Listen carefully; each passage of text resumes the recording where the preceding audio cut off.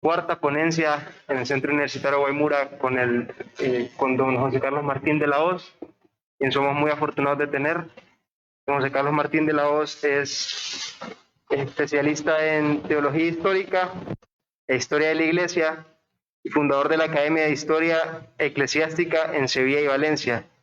Forma parte del Instituto para el Estudio de la Escuela de Salamanca y actualmente es el director de la Oficina para las Causas de los Santos del Opus Dei en España y es postulador de diversas causas. Hoy nos hablará sobre el tema ¿qué es la formación de la juventud? Desde los ojos de San José María. Y todo esto englobando un título mayor que es Buscando Ideales, también desde los ojos de San José María. Así que, sin más preámbulo, le damos la bienvenida a don José Carlos Martín de la Hoz con un gran aplauso.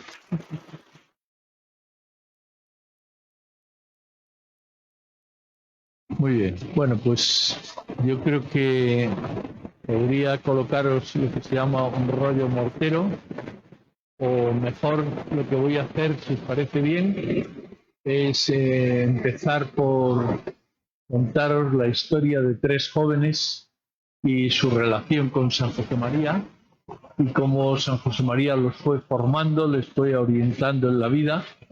Creo que a partir de ahí podemos luego ya extraer unas cuantas conclusiones y después podéis preguntar lo que os dé la gana. Este sistema tiene la ventaja de que así si dormís, dormiréis más plácidamente y podéis dormir sin ruidos, aunque no sé si ese ruido de fondo podrá quitar o no. Pero bueno, ya se ve que debemos de tener todos los móviles abiertos y ya se ve que el mundo informático tiene lo que se llama alteraciones o perturbaciones. Bueno, pues nada, ya se ve que el ruido nos acompañará. Bueno, entonces, primero quería hablaros de los tres primeros sacerdotes del Opus Dei y, por tanto, pues la vida de tres jóvenes estudiantes de ingeniería. No quiere decir que el resto de las materias sean inferiores, ¿no? Todo lo contrario, ¿no? Los historiadores siempre nos hemos creído los reyes de la universidad, ¿no? Pero bueno, es interesante. Álvaro del Portillo era un joven estudiante de ingeniero de caminos. Se había presentado a Caminos y a Minas, pero finalmente entró en las dos y optó por hacer ingeniería de caminos. Él era de una familia acomodada de Madrid, una familia buena de Madrid, vivía muy cerca de la Puerta de Alcalá, por tanto vivía en el barrio de Salamanca, en una zona bien. Su padre era dueño de una gran empresa de seguros y su madre pues era mexicana y tenía muchas posesiones en Cuernavaca. Pero por esas circunstancias de la vida a veces pasa que la cruz, dice San José María, a veces aparece sin buscarla, y añade, es Cristo que pregunta por nosotros. Es decir, que no os extrañe que a lo largo de vuestra vida os encontréis una y otra vez con la cruz. Ayer hablábamos de Ernesto Cofiño, pues Ernesto Cofiño vio en su infancia cómo a su tío lo apresaban y lo fusilaban simplemente por maledicencias, por calumnias que habían vertido contra él, no había hecho nada. Y luego, pocos meses después, cuando la familia se traslada a la ciudad de Guatemala, su padre es encarcelado sin ningún motivo y después de año y medio de tenerlo encarcelado lo soltaron. Es decir, que a veces pasan esas cosas, que la cruz aparece y uno dice, ¿y por qué? ¿No? ¿Por qué me ha tocado a mí la cruz? ¿No? Y es verdad que gracias a la cruz podemos madurar, gracias a la cruz ponemos los pies en el suelo. Gracias a la cruz aprendemos que para amar hay que sufrir y que igual que el oro se acrisola en el fuego, el hombre se acrisola en la tribulación. Por eso don Álvaro del Portillo pasó a ser de una persona de una familia normal, bien, a de repente quedarse en la ruina.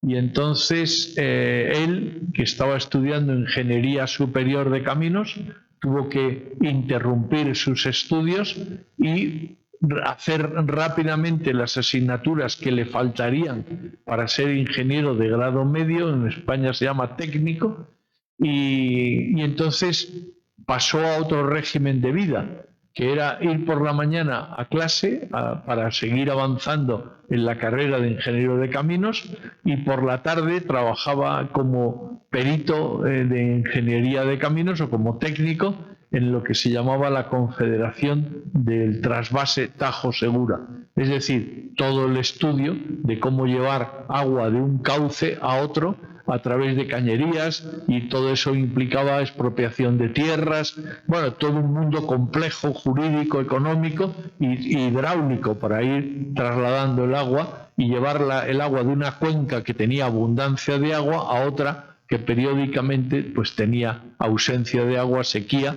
y toda la huerta murciana necesitaba ese aporte del agua, ¿no?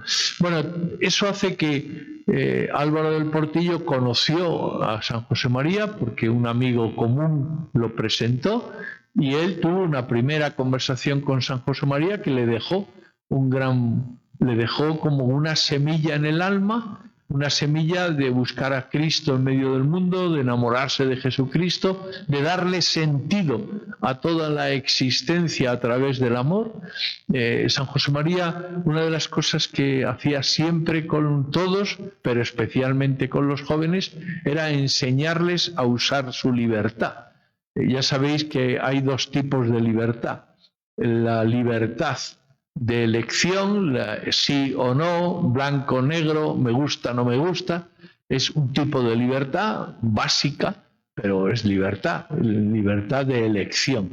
Y es muy importante aprender a elegir, aprender a escoger, ¿no? Aprender a que las cosas tienen su importancia, y las elecciones que uno hace en la vida pues van a repercutir en el sentido de la vida y en las cosas que luego van a suceder. Por eso San José María siempre enseñaba a los jóvenes que la libertad tiene dos partes. Una, la primera, la más elemental, la libertad de elección, y por tanto siempre daba un consejo: no tomes una decisión sin haber considerado el asunto en la presencia de Dios.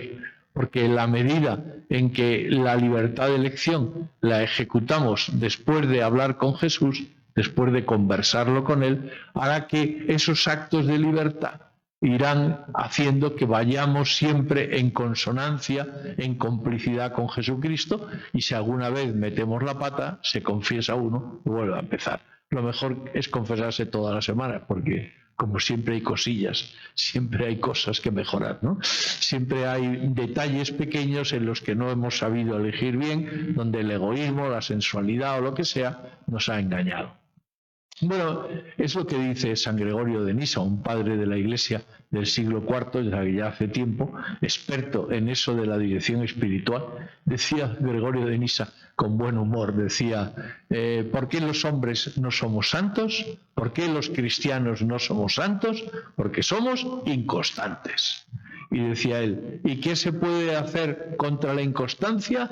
Respondía: la conversión permanente. En la medida en que volvemos al amor de Jesús, volvemos a poner al Señor en el centro del corazón, que eso significa la palabra conversión, en la medida en que nuestra conversión es frecuente, diaria, pues en esa medida nuestra inconstancia se irá convirtiendo en constancia. Como dice el cardenal Rouco Varela, que fue muchos años cardenal de Madrid, la perseverancia es amar con constancia. Bueno, en ese sentido, San José María tuvo una sola conversación con don Álvaro, pero hay gente que lo pilla a la primera, hay gente que capta las cosas a la primera. Otros somos más torpes y tardamos más tiempo en pillarlo, pero don Álvaro lo pilló en una conversación. ¿Por qué? Porque entender esto... entender es el sentido de la vida. Por eso San José María decía: primero, el primer grado de libertad, la libertad de elección. Segundo grado de libertad, y el más importante, la energía de la libertad. Poner en juego cada día toda la gran fuerza, el gran don de Dios que es la libertad. Por eso nosotros somos capaces de las mayores miserias y de las mayores grandezas, porque depende de qué hagamos con la energía de la libertad. la energía de la libertad, evidentemente, o es conducida a través del cauce de la verdad, y de ese modo la energía de la libertad por el cauce de la verdad nos hace hacer cosas muy grandes a base de muchas cosas pequeñas, o la energía de la libertad, cuando no está encauzada por la verdad, sino por el egoísmo, por otras pasiones, entonces se pierde el agua y no se desperdiga y no produce toda la fecundidad que debería producir. Por eso San José María le explicó la esencia a don Álvaro, a Álvaro del Portillo, y Álvaro del Portillo, con la gracia de Dios, se pasó el resto de los meses siguientes trabajando. Por la mañana iba a clase, estudiaba a la vez que estaba en clase, porque sabía que no tenía otro tiempo, intentaba sacarle el máximo jugo a las clases, por el llamado sistema de los ladillos. Esto es una cosa muy del siglo XVI. Si uno lee un libro del siglo XVI, pasado por la imprenta de Gutenberg, me refiero, entonces uno ve que el libro tiene un cuerpo, lo que se llama la caja, el cuerpo del libro, y a la derecha o a la izquierda hay una palabra. A veces es un dedo que señala, y hay gente que leía los libros en el siglo XVI simplemente leyendo los ladillos, porque el ladillo, la palabra o el dedo significaba que en ese párrafo estaba la idea clave o la palabra clave aparecía. Si tú leías las palabras clave, pues ya te habías leído el libro. La verdad es que es un sistema para mentes bastante poderosas, ¿no? Pero bueno, había gente que tenía poco tiempo y hacía ese sistema. Evidentemente que lo que se nos pide es que nosotros trabajemos seriamente las cosas, ¿no? Por eso a veces uno puede estar en clase tomando apuntes y hay que dejar siempre un margen a la derecha en el folio de apuntes o en el libro o en el cuaderno. Hay que dejar siempre un margen, porque uno va tomando apuntes y de repente escribe a la derecha: este profe es un pesado, solo repite esta misma idea, ¿no? Esto debe ser importante, lo he dicho 5 veces. Entonces, bueno, uno va anotando a la derecha los ladillos, ¿no? De modo que uno va sacándole jugo, sacándole partido a la clase, ¿no? Bueno, pero eso es otro tema. Se llama trabajo y lo hablaremos esta tarde. Pero bueno, lo que es importante es que don Álvaro santificaba las clases por la mañana, es decir, se enteraba, sacaba partido, intentaba terminar la clase habiéndose aprendido la clase, y por la tarde trabajaba en la Confederación del Tajo Segura. Eso hacía que llegaba a casa muy tarde, estaba un momento con la familia, rezaba un poco y dormía. Lo cual hacía que, como entonces la semana laboral terminaba el sábado al mediodía, pues quiere decir que le quedaba el sábado por la tarde para estudiar y domingo. Eso es lo que él tenía para estudiar y estar con la familia, y luego durante la semana no tenía tiempo. Por eso no volvió a ver a San José María. Hizo un intento, pero no fue posible porque San José María no había podido avisar y había salido. Total, que el 6 de julio de 1935, pues don Álvaro se iba a marchar de veraneo, de vacaciones, tenía un mes de vacaciones. Hombre, los estudiantes tenéis 3 motivos para ser buenos estudiantes, o 3 motivos para estudiar, igual que los maestros. En España los maestros tienen 3 grandes motivos para ser maestros, que se llaman julio, agosto y septiembre, porque entonces había 3 meses de vacaciones. Pero todo eso se ha ido acabando. Poco a poco la legislación laboral nos ha ido descubriendo y nos ha ido atornillando, ¿no? Pero bueno, todavía don Álvaro tenía un mes de vacaciones, y entonces dijo: me voy a ver al padre José María antes de irme de vacaciones. Y fue, y San José María tuvo la segunda conversación, comprobó, muy contento de que todo lo que le había sembrado en el alma había, gracias a Dios, dado muchos frutos, y entonces lo que aprovechó fue para invitarle a un día de retiro espiritual que tenía lugar al día siguiente. Don Álvaro dijo: me da igual irme a La Granja, que es una localidad muy hermosa, muy bonita, porque ahí estaban los grandes palacios de verano de los reyes de España, los jardines de La Granja, ¿no? Y que además se siguen pudiendo visitar, como ya se podían visitar en aquella época. Y claro, él tenía una pequeña casa de veraneo y podía pasear por aquellos lugares y descansar muy bien. Con lo cual dijo, me da igual irme hoy que mañana de vacaciones. Muy bien, pues me voy mañana. Y entonces se quedó para ir al retiro. Y es gracioso, o es muy impresionante, que aquellos mayores de la obra, aquellos primeros chicos de San Rafael, aquellos primeros residentes de Ferraz, aquellos primeros fieles del Opus Dei, jóvenes, porque todos eran muy jóvenes, ¿no? Nadie había cumplido los 40 años, ¿no? O sea que era todo pura juventud y puro futuro, ¿no? Que es la maravilla de los jóvenes, ¿no? Que son puro futuro. Bueno, algunos van teniendo algo de presente también, pero vamos, mucho futuro. Y entonces San José María, don Álvaro, y aquellos mayores tenían una costumbre impresionante, que es, como ellos eran conscientes de que el Opus Dei es de Dios, que no es una cosa buena para gente buena creada por un cura bueno, sino que esto es un mandato imperativo de Cristo. O sea, el Opus Dei es como los cartujos, como los dominicos, como los benedictinos, o sea, son esas instituciones que Jesucristo crea, y lo que Jesucristo crea en directo para la salvación de las almas, como Dios cuando toma una decisión la toma para siempre, ¿no?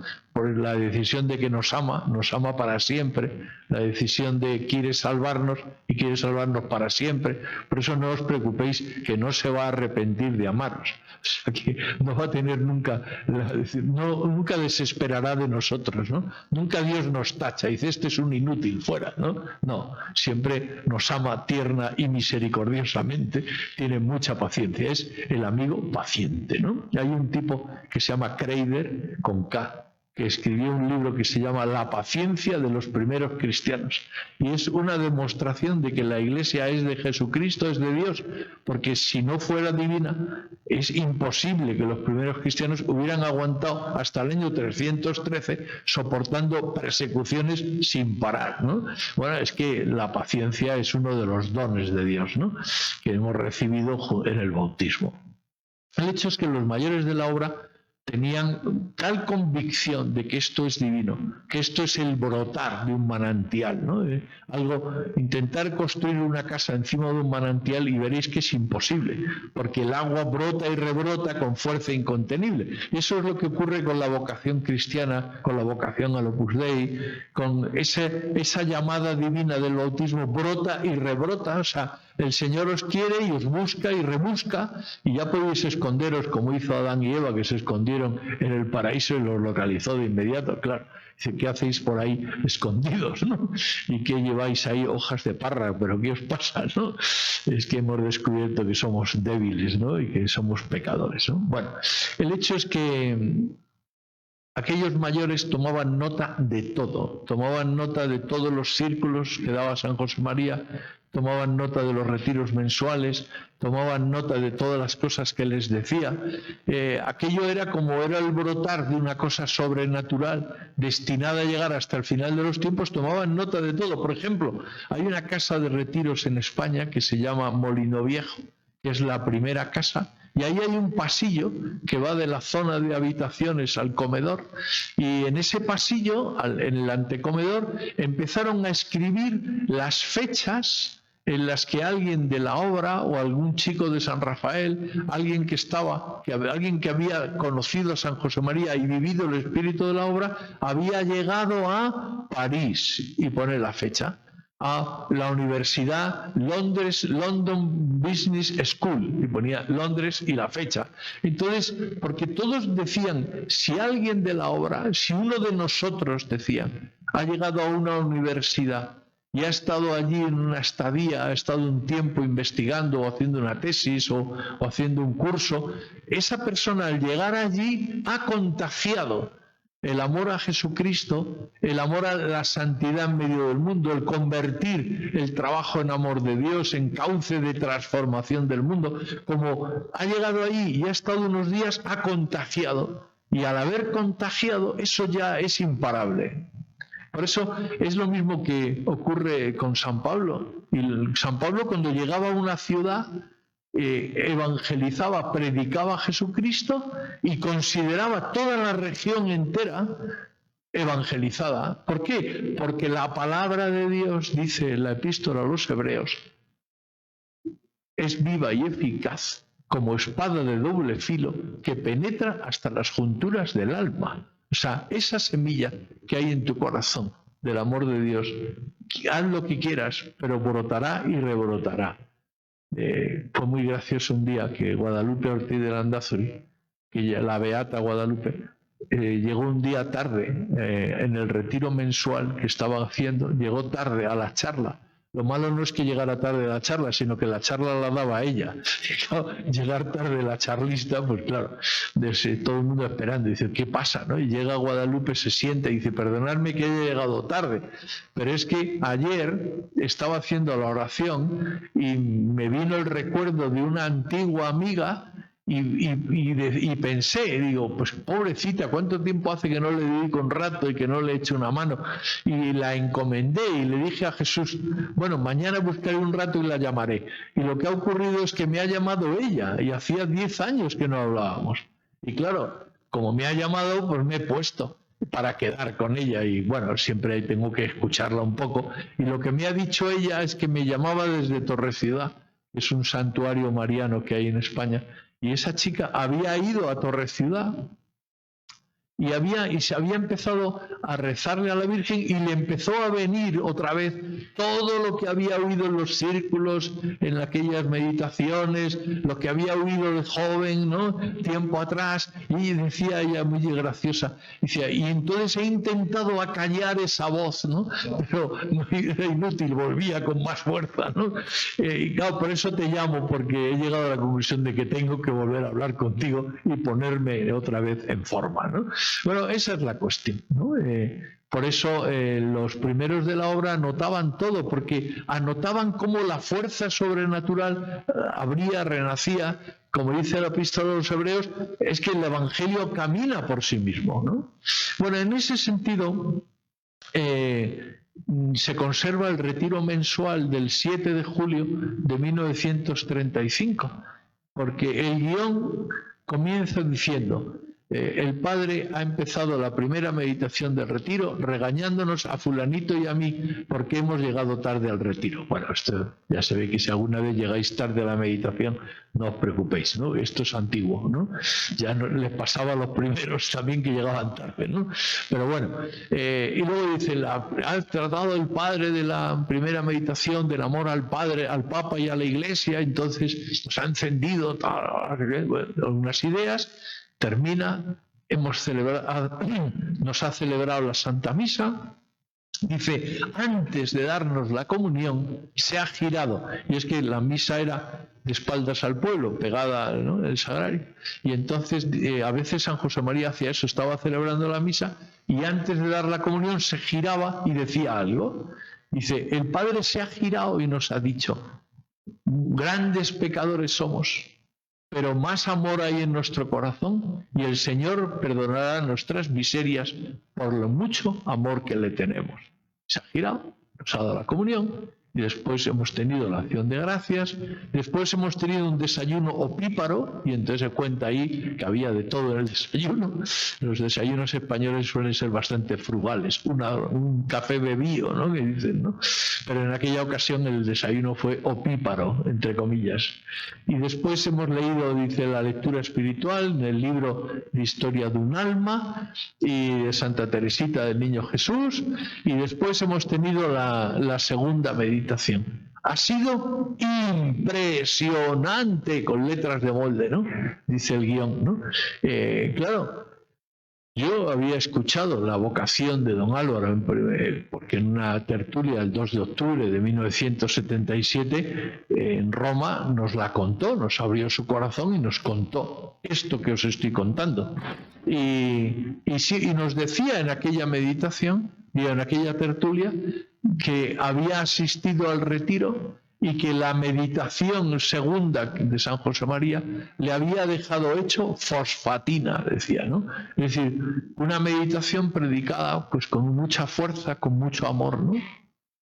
Claro, uno se imagina, porque te suena la palabra fosfatina, ves eso impresionante y luego vienen unas cuantas ideas, claro, uno dice, hablar de amor de Dios como hablaba San José María, hablaba como un hombre verdaderamente enamorado.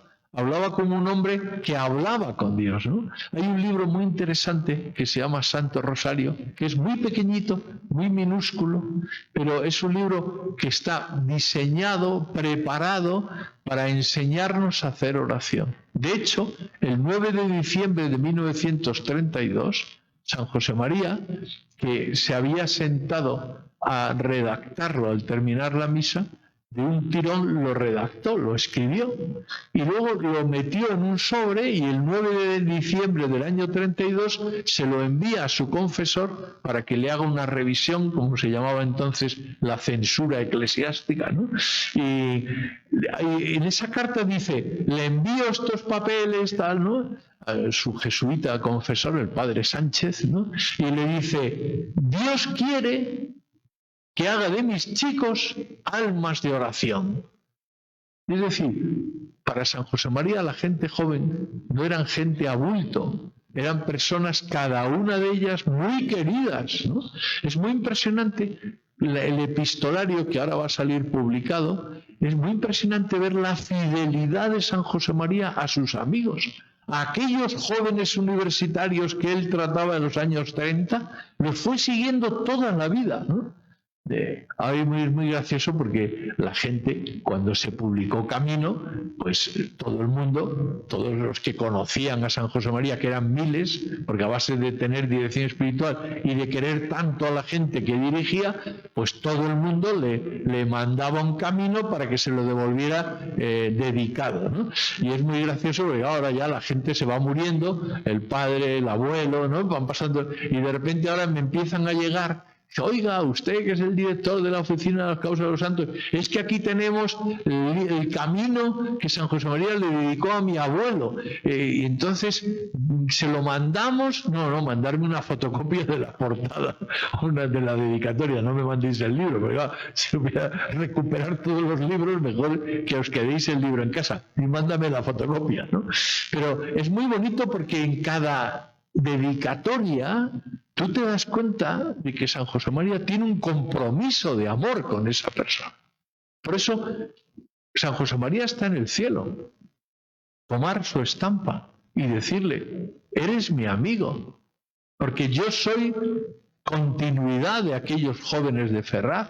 Yo soy como esos a quien tú querías con toda el alma. Quiéreme a mí también, que yo soy como ellos, que yo estoy como ellos en el ajo. Porque, ¿qué descubrió don San José María cuando habló con don Álvaro? Que estaba en el ajo, que había entendido que pillar el sentido sobrenatural de la vida, que pillar que estamos aquí para enamorarnos de Cristo en el medio del mundo y para difundir este mensaje a otras personas, eso es estar en el ajo.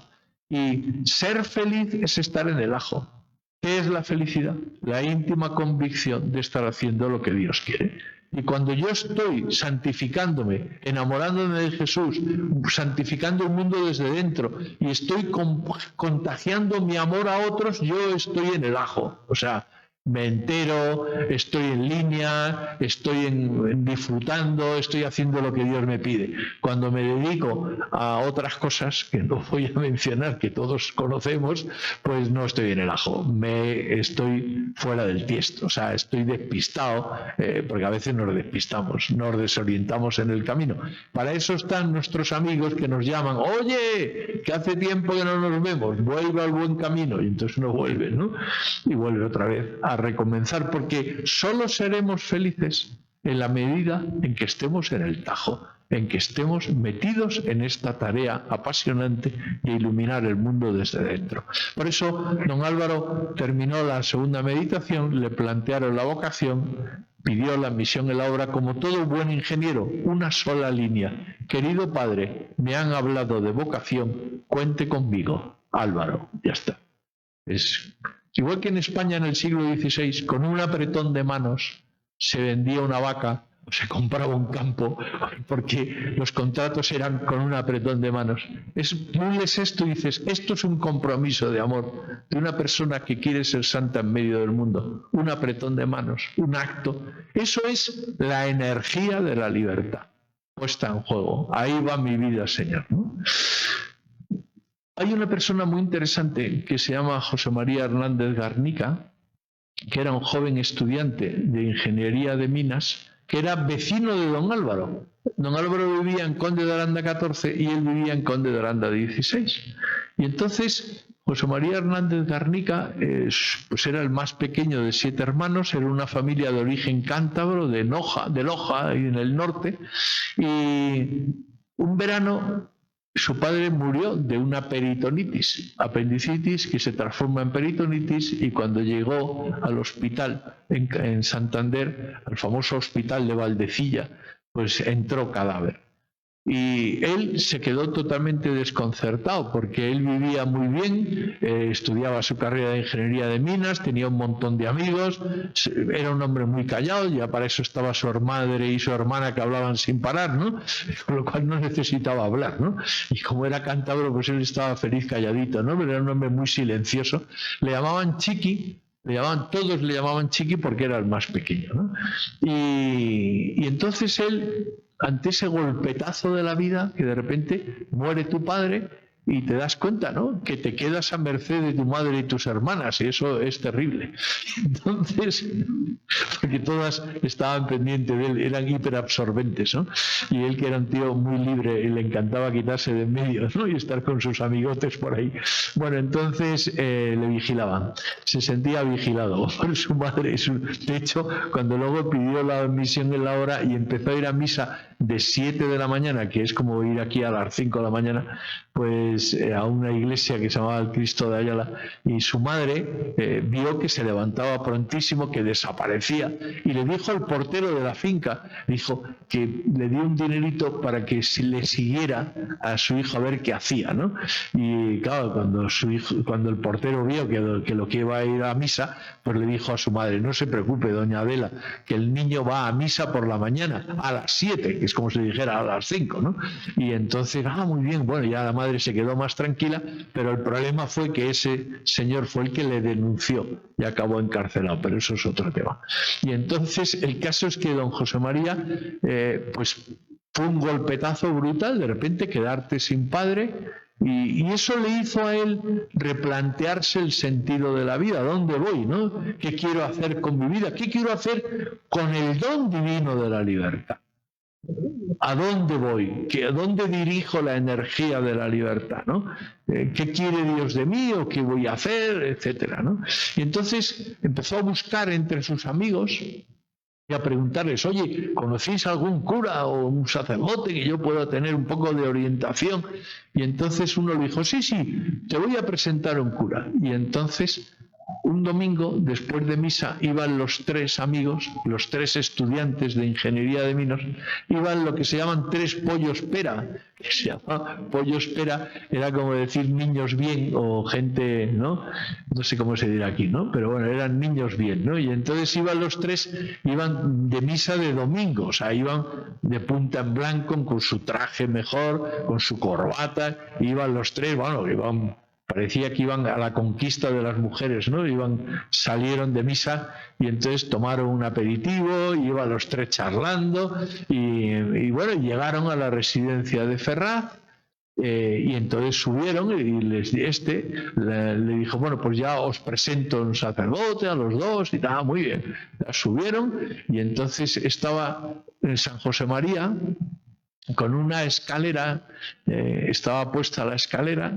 Y estaban en aquella época el Código de Derecho Canónico del 1917 establecía que si había un oratorio, una capilla, en una casa de vecinos con plantas, pues si tú estabas, por ejemplo, en cualquier planta, si tú querías poner el Santísimo, encima de donde pusieras la pared del Santísimo, encima el techo, tenías que poner un sobretecho.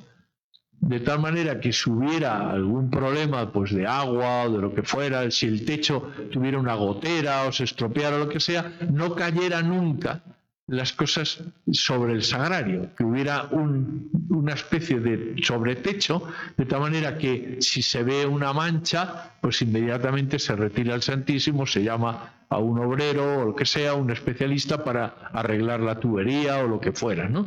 Pero era una manera como de adelantarse los acontecimientos para que nunca Jesús sufriera un percance, ¿no? Pues una gotera que cayera el agua, cayera la cal sobre el sagrario o lo que fuera, ¿no? Y entonces, bueno, pues estaban en esa tarea de poner el baldaquino, que así es como se llamaba a ese sobretecho, ¿no? Y entonces había una escalera y, como lo típico, todo el mundo mirando y alguien que se anime, ¿no? Pero todo el mundo empieza a mirar al de al lado, ¿no? Porque, bueno, entonces total, que llegaron allí y San José María les saludó, y entonces cuando pues mi madre me llama Chiqui, pues todos me llaman Chiqui, no sé qué. Muy bien, Chiqui, pues arriba. Y Chiqui, que era un hombre aguerrido, ¿no? Porque para eso era el hombre de la familia, ¿verdad? Todo rodeado de hermanas, pues él era el hombre de la familia, ¿no? Y entonces pues subió la escalera y fue a darle un martillazo, ¿no? Normalmente la anécdota se suele dejar ahí, dio un martillazo.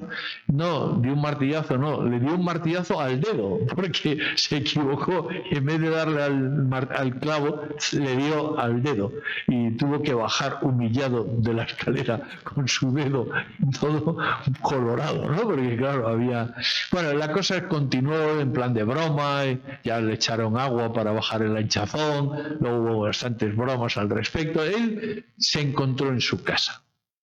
Esta es la cuestión. O sea, cuando uno va a un centro de la obra, lo que San José María quería que hubiera en los centros de la obra era calor de familia, calor de sentirte querido, que confiaban en ti, que se apoyaban en ti, ¿no? Por eso todo empezó en una cosa llamada el Sotanillo, que era un bar que había en la puerta de Alcalá, y ahí San José María empezó a ir con los primeros que conoció, y ahí tomaban una merienda y charlaba y daba los primeros círculos, pero ya se veía que aquello, estar en una cafetería de prestado y luego rodeado por otras gentes, aunque había unos compartimentos que separaban una mesa de otra, pero no era lo mismo, no era tu casa, era... pues tomar una caña con unos amigos, pues está muy bien, pero no es lo mismo que estar en tu casa.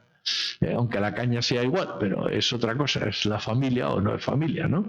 Y entonces, por eso se puso el primer centro. Por eso San José María buscó aquel primer lugar donde encontrarse, donde tener un hogar y una familia, ¿no?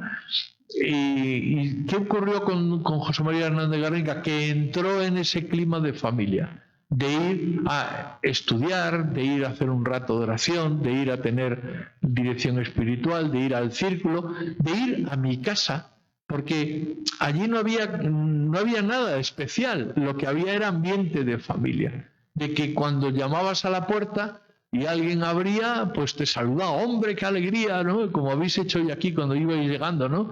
Todos abrazos, bueno, abrazos no, porque hay que darse golpecillos de esos, ¿no?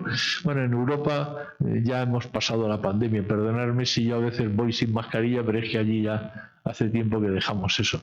Ya os tocará a vosotros, no os preocupéis. Llega un día en que las autoridades ceden y ya hay libertad. Bueno, entonces, el hecho es que don José María empezó a ir por allí, y en aquel verano del año 35 él tenía que irse de veraneo a Noja con su madre y sus hermanas, pero no le apetecía nada, porque estaba mucho más a gusto con sus amigos de la residencia de Ferraz y sus amigos de la escuela y sus amigos de Madrid. No le apetecía demasiado irse con su madre y sus hermanas a pasarse un mes en una casa de veraneo, ¿no? Porque le vigilaban todo el rato, estaban todas pendientes de qué hacía, ¿no? Y entonces él se escapó y se quedó diciendo que tenía que preparar unas asignaturas, y bueno, se quedó allí y iba todos los días a Ferraz, ahí estaba muy a gusto él, ¿no? Y un día pues vino, como decía él, el pesado de Álvaro, ¿no? Y Álvaro del Portillo, que era su vecino y que iba con él por las tardes a Ferraz y volvíamos en el mismo, pues fue el que le abrió ese horizonte de la vocación. Y al cabo de unos días, pues efectivamente él sabía muy bien que el Señor le estaba pidiendo todo, se resistió un poco porque el ser humano tiene derecho a la resistencia, y al final el amor acabó doblegando la resistencia y se entregó a Dios. Es bonito que don José María, como don Álvaro, como aquellos primeros, lo que vivían es con eso que decía Encarnita Ortega, que es una de las primeras numerarias del Opus Dei, en el primer curso de retiro al que asistió. Ella anotó una frase de San José María: la mejor mortificación es la perseverancia en la ilusión del trabajo comenzado. Y él, don José María, decía muchas veces que allí se estaba muy bien y que sobre todo en aquel ambiente lo que notaba es que se reilusionaba. Bastaba con pisar aquella casa, bastaba con entrar en el oratorio, bastaba con entrar a charlar con San José María, bastaba con estar con otros en un pasillo de la tertulia para volver a reilusionarse. Porque lo importante no es perseverar, como decía un viejo navarro amigo, decía, el que aguanta gana. No, la perseverancia no es aguantar, sino la perseverancia en la ilusión del trabajo comenzado. Por eso lo bonito es reilusionarse cada día, ¿no? Pero, como habéis comprobado, don José María lo fue pillando poco a poco, de una manera muy natural. En cambio, con el tercero, con don José Luis Múzquiz, lo que pasó es todo lo contrario. Don José Luis Múzquiz era un buen ingeniero, un buen estudiante de ingeniería, muy inteligente, estudiaba media hora al día comiendo el bocadillo por el pasillo, su madre iba detrás recogiendo las migas y luego pues se pasaba el día jugando al tenis, ligando, tenía muchas amigas, ¿no? Cuando tuvo lugar la ordenación sacerdotal de la segunda promoción en 1946, tuvo lugar la primera convivencia de sacerdotes del Opus Dei, que tuvo lugar en Molino Viejo. En un pasillo había una estera en el suelo, por eso en la convivencia le llamaron en plan de broma el concilio de la estera, porque las clases las tenían San José María sentado en una banquetilla que había y todos los demás sentados en la estera aquella, y eran 3 y 6, 9, y él 10, pues 10 en aquel pasillo, y lo pasaron en grande, porque lo importante era que San José María lo pasábamos muy bien. Yo las tertulias que están con San José María se me pasaban volando. En cuanto miraba el reloj ya había pasado media hora, ¿no? Es que se te pasaba volando porque se estaba muy bien, porque tenía mucho sentido del humor, porque hablaba mucho de libertad, porque nos daba mucha confianza, porque contaba con nosotros, ¿no? Por ejemplo, cuando vino San José María a dar una famosa homilía, que es la homilía del campus de la Universidad de Navarra, el 16 de octubre de 1967, en una misa al aire libre que hubo en el campus de la Universidad de Navarra, donde estábamos 50.000 personas, y pues el día anterior en Madrid, con los jóvenes que estábamos con él aquella tarde, arremolinados a su lado, nos leyó la homilía por si queríamos hacerle alguna sugerencia, ¿no? Oiga, que usted es el fundador, ¿no? ¿Qué le vamos a sugerir, ¿no? Pero era muy bonito porque eso era muy propio de él, ¿no? Él cómo formaba a los jóvenes, dándoles confianza, dándoles seguridad, pidiéndoles su opinión, involucrándolos, metiéndonos en el ajo, ¿no?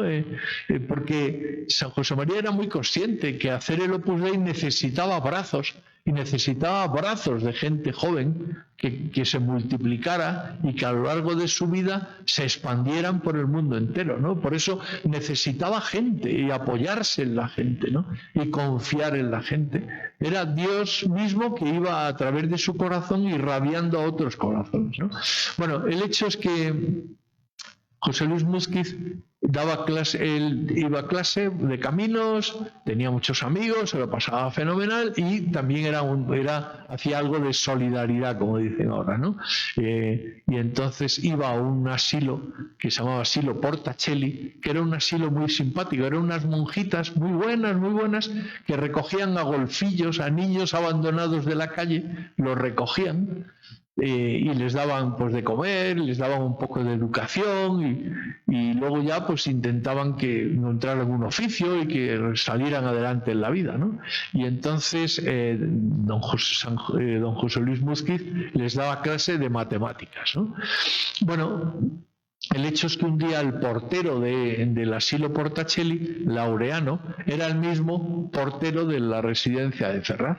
Y un día le dijo: oye, José Luis, te he conseguido una cita con el padre José María Escrivá. Dice: oye, ¿y tú quién eres para conseguirme a mí una cita? ¿No? O sea, ¿yo qué tengo que ver con ese cura? ¿No? No, tú eres muy buena persona y te va a venir muy bien, ya verás, ya verás. ¿No? Y el otro, que el típico español honrado, noble, ¿no? Pues fue a la cita. Y cuando San José María entró en la habitación, le dijo: no hay más amor que el amor. Y él se quedó pensando, como buen ingeniero, empezó a darle vueltas a la frase, y en ese momento San José María le explicó lo que era la labor del Opus Dei con la gente joven. Y le empezó a hablar de las meditaciones, las visitas a los pobres, la catequesis, el retiro mensual, la dirección espiritual, los círculos, lo que conocéis. Y entonces, cuando terminó la explicación, le dijo: para gente de tu edad hay 2 círculos, uno los miércoles a las 7:30 y otro los jueves a las 8. ¿Cuál te viene mejor? Y en ese momento se sintió otra vez pillado. Y entonces no se atrevía a decirle que no. Y entonces le dijo: vale, pues sí, el que me viene menos mal es jueves a las 8. Y desde entonces empezó a ir todos los jueves a las 8 al círculo. Pero no se enteraba de nada, porque él escuchaba aquello, pero lo escuchaba como quien va a las conferencias de San Vicente de Paúl, escucha unas cosas bonitas y luego va a visitar a los pobres. En el caso de Múzquiz, iba allí, escuchaba aquello y luego se dedicaba a estudiar, pero no conectaba, ¿no? Para él todo aquello era un cura bueno y gente buena que hacían cosas buenas. Pero no había entendido que esto es algo divino, que es sobrenatural, que esto es un empeño de Dios, que es eso, el brotar de algo divino, ¿no? Y entonces él, cuando escribió sus recuerdos en el año 75, es que anota, dice: muchas veces me han preguntado qué decía San José María en los círculos, en las meditaciones, en los retiros. Yo nunca asistía a ninguna meditación ni a ningún retiro, porque según terminaba salía corriendo. Un día San José María lo paró y le dijo: José Luis, ¿sabes que aquí hay gente entregada a Dios? Le dijo: muy bien, pero lo mío es casarme. Y se fue, ¿no? O sea que no conectaba la cosa, no pillaba. Y entonces, un día, en el año 1936, él se marcha a hacer un viaje de fin de carrera, a pasar unos días en Alemania. Entonces era el país de moda, ahora el país es irme a Estados Unidos, ¿no? Entonces el país de moda era efectivamente Alemania. Y entonces él, estando en Hamburgo, ve la noticia de que ha empezado la guerra civil. Entonces hace 2 llamadas telefónicas. La primera fue al puerto de Alicante, donde estaba su amigo y compañero y donde estaba su puesto de trabajo, y cuando él terminara iría allí. Y lo que ocurrió fue que le comunican que su amigo ha habido unos milicianos que esa mañana lo han asesinado porque era católico. La segunda llamada es a una persona que le ayudaba en la defensa de un templo que había en Madrid, que hay en Madrid, en la calle El Fortuny, que era donde él vivía, que es la iglesita de Lourdes. Y en ese templo los católicos de la época se distribuyeron los templos de Madrid para que por las noches, cuando había ambiente de que iban a ir a quemar la iglesia, pues ellos salían por equipos y defendían el asunto. Y él defendía la capillita de Lourdes con otro amigo. Y entonces llamó a su amigo, iba con un bate de béisbol, porque su padre era el presidente de la Federación de Béisbol de España y tenía muchos bates de béisbol. Y en España el béisbol era muy poco conocido entonces, pero como su padre era el presidente, pues sí, claro que era conocido en su casa, ¿no? Y con un bate de béisbol puedes defender bastante bien una iglesia, ¿no? Y entonces llama a su amigo, y su amigo: han ido unos milicianos esa mañana y lo han asesinado. Entonces él piensa: Dios quiere que yo sea un buen ingeniero, no va más allá, ¿no? Entonces se encuentra, él va desde Hamburgo, va a Caparica, a Lisboa, que es donde su familia está veraneando, y entonces él, cuando cae el frente de Badajoz, entra con su padre y se incorpora al ejército. Y ya más adelante en la Academia de Alférez se encuentra Ricardo Fernández Vallespín, que era el director de la residencia de Ferraz. Hombre, él por Ferraz iba poco y salía corriendo, pero conocía al director y bueno, le saludó muy amable, y el director le dijo: ¿sabes que San José María vive? ¿Sabes que el padre vive? Y él dijo: ah, qué interesante, y anota en su agenda: pobrecito, ¿no? Seguro que lo van a matar. Y qué pena, porque qué bonita labor estaba haciendo, ¿no?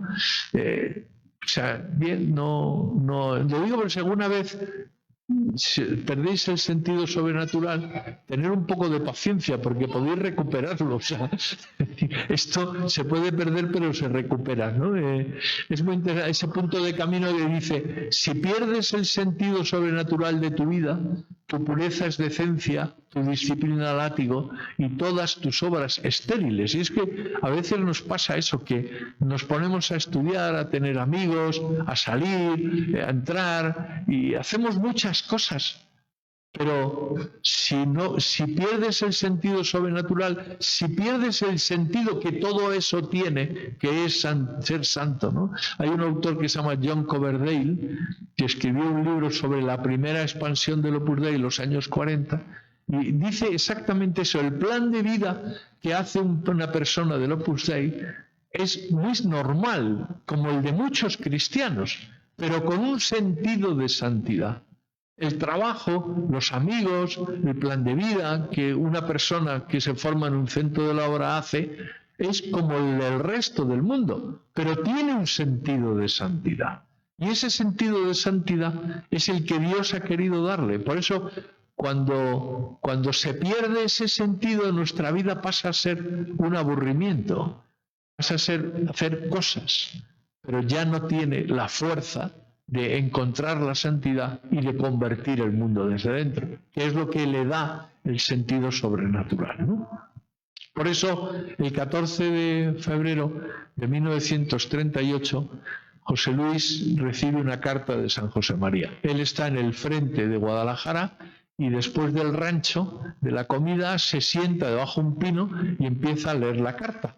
Y la carta dice eso: Burgos, 14 de febrero de 1938, para José Luis Múzquiz, que Jesús te me guarde. Y empieza a contarle San José María a José Luis Múzquiz todos los milagros que han pasado desde el comienzo de la guerra civil y cómo ha ido salvando la vida milagrosamente él y los demás. Por ejemplo, don José María Hernández Garnica estaba en la cárcel de San Antón, y donde se hicieron las famosas sacas del 24 al 28 de noviembre, y en la saca del 27 yo tengo la lista, tengo una foto de la lista donde pone expedición 27 de noviembre, subrayado a máquina, ¿verdad? Y viene la lista de los tipos que han salido de la cárcel y los han subido en un camión para llevarlos a fusilar a Paracuellos. Y ahí está José María Hernández Garnica en la lista, y está tachado. Con un lápiz está tachado. ¿Qué pasó? Pues que lo subieron al camión hay un tipo que escribe la lista y después los llaman, los suben a un camión que va a Paracuellos a morir fusilados y enterrados, ¿no? En una fosa común. Pero cuando está en el camión, alguien grita: Chiqui, baja del camión. Y Chiqui baja del camión y el camión se va. Y cuando el camión ha salido, era las 11 de la noche, y hay un miliciano que está allí viendo todo, y de repente ve que hay un tipo ahí, y dice: tú, imbécil, ¿qué haces ahí? ¡Para adentro! Y lo mete dentro. ¿Cómo te llamas? Garnica. Y tacha Garnica, y lo mete en la cárcel otra vez. Lo mete con los de la siguiente. Pero el asunto es que al día siguiente no hay saca, sino que lo que hay es que por fin comienzan los juicios, ¿no? Y entonces le juzgan, y hay el testigo más importante del juicio es el portero, que dice: este señor iba a misa todos los días a las 7 de la mañana. Y entonces le condenan a 6 meses de cárcel por desafección al régimen. No se entiende mucho, pero bueno, eso es lo que hay. Y entonces, por fin, en enero, empiezan a llevarse presos a Valencia. ¿Por qué? Porque ya hay demasiados presos en aquello, esa cárcel era un antiguo colegio que lo habían transformado en cárcel. Y entonces las celdas de los maristas, de los escolapios que atendían, eran las celdas donde estaban los peces gordos, ¿no? Y luego las aulas eran donde metían la masa de los presos, ¿no? Entonces, por fin en enero empieza el traslado de presos de ahí a Valencia, a la cárcel de Valencia. Y entonces el primer camión que va con presos llega a Tarancón, que es un pueblo de la provincia de Cuenca, y los milicianos de Tarancón decían: paran el camión. ¿Quiénes son estos? Son presos de la cárcel de tal, que van a la cárcel de tal. Pero ¿qué son? Fascistas. ¿Cómo? Y vamos a llevarlos a Valencia y vamos a gastar el dinero del pueblo en gasolina y vamos a dar de comer a estos inútiles. Nada, que bajen del camión. Los fusilaron a todos, los metieron en una fosa común, que hay que ahorrar, ¿no? ¿Qué sentido tiene todo esto? Es como una locura colectiva, ¿no? Bueno, el hecho es que los 2 primeros camiones terminaron así, en una fosa. Tarancón eran tíos de ideas muy firmes, ¿no? Y ya por fin llegó el tercer camión, en donde volvía a ir Chiqui, pero ese camión lo dejaron pasar y llegó a Valencia. Y cuando llega a Valencia cumple su condena, y el problema es que cuando termina la condena, lo típico es que según salían de la cárcel con cara blanco de haber estado encerrado tantos meses, porque allí no había ni patio que le diera el sol ni nada, cuando salían de la cárcel lo típico es que había unos tipos que se los cargaban.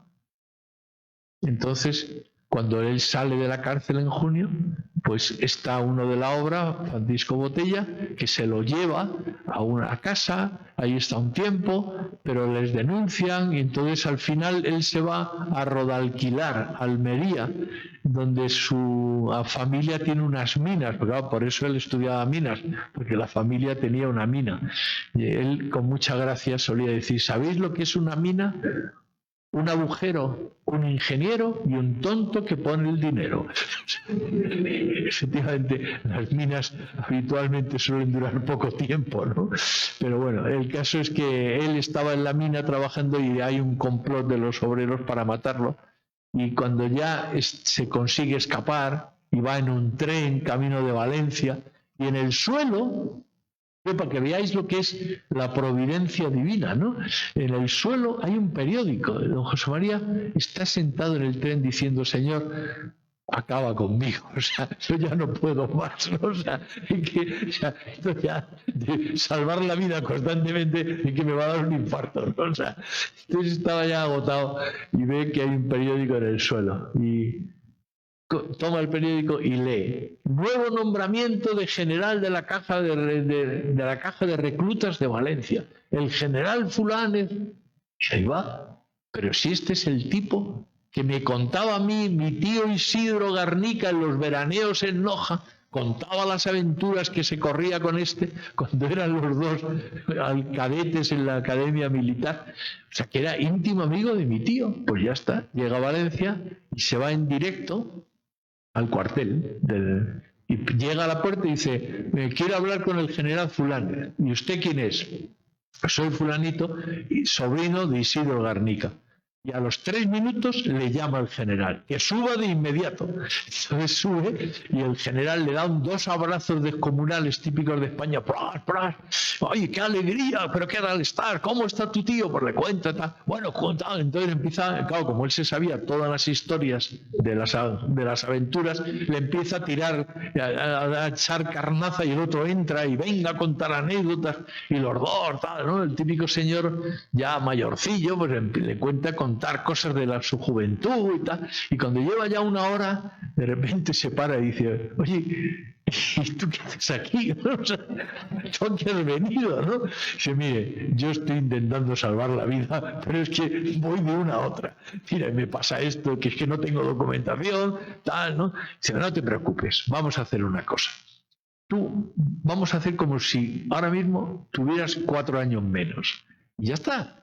Entonces, a ver, pide una ficha, rellena la ficha, bueno, tal, le hace todo como si acabara de llegar, de empezar la vida y de vamos a hacer la ficha, le da el uniforme, lo nombra tal, y sale y dice, bueno, ¿dónde quieres ser destinado? Hombre, pues me vendría bien Madrid, porque allí todavía muy bien, por Madrid y tal. Entonces, ¿quiere que te dé un pase para que te dé gratis el billete de tren a Madrid? No, eso ya me encargo yo. Entonces, pues muy bien, sale de allí, grandes abrazos, sale vestido de soldado republicano, con su documentación, todo perfecto, y según sale, le pregunta, oiga, ¿dónde está la sucursal del Banco de Banesto? Pues allí, va allí. Llega y dice, bueno, soy sobrino de Pablo Garnica, fundador de Banesto, porque Banesto, el banco, tenía sucursales en las 2 zonas, en la zona republicana y en la nacional. Soy sobrino de tal, me gustaría un coche para poder ir a Madrid. Ah, muy bien, le ponen un coche y se va a Madrid en coche, como un marqués, ¿no? Pero bueno, es divertido. Esto es lo que San José María le cuenta a Mutzke. O sea, todo lo que ha pasado. Es decir, ¿por qué? Porque esto es de Dios. Y como es de Dios y el cielo está empeñado en que la obra se realice, pues San José María sale con vida. Y entonces él, según va leyendo, dice, claro, cae en la cuenta, esto es un querer de Dios, San José María es un santo y yo estoy en esto. Esto es para mí, ¿no? Bueno, por eso creo que lo bonito es que entrar en el asunto, crecer. Yo me acuerdo una vez que don José Orlandis, que era un santo catedrático de filosofía del derecho, mallorquín, y era un hombre muy serio, muy formal, ¿no? Y un día, dándonos un paseo en una convivencia, él cuando se ponía solemne estiraba el dedo, y entonces íbamos paseando y me dice, se para y me dice, el demonio es el señor de las cosas, que pretende ser el señor de las almas, pero cuanto más cosas nos da, más pronto le abandonamos, me dice, ¿no? Bueno. Entonces, luego lo siguiente que me dice es, mira, la vida es la parábola del sembrador. Todos los días el Señor sale y echa la semilla. Y a veces lo que ocurre es que las pasiones agostan la semilla. Otras veces nuestra superficialidad, porque no pensamos, porque vamos a toda velocidad, porque no razonamos, pues hace que tomemos superficialmente la palabra de Dios y no anida en el corazón. Otras veces tenemos la cabeza llena de pájaros y andamos pensando 1000 cosas, 1000 tonterías, andamos con imaginaciones y con bobadas y la palabra de Dios tampoco puede arraigar. Pero otras veces cae en buena tierra y producimos el 30, el 60 o el 100.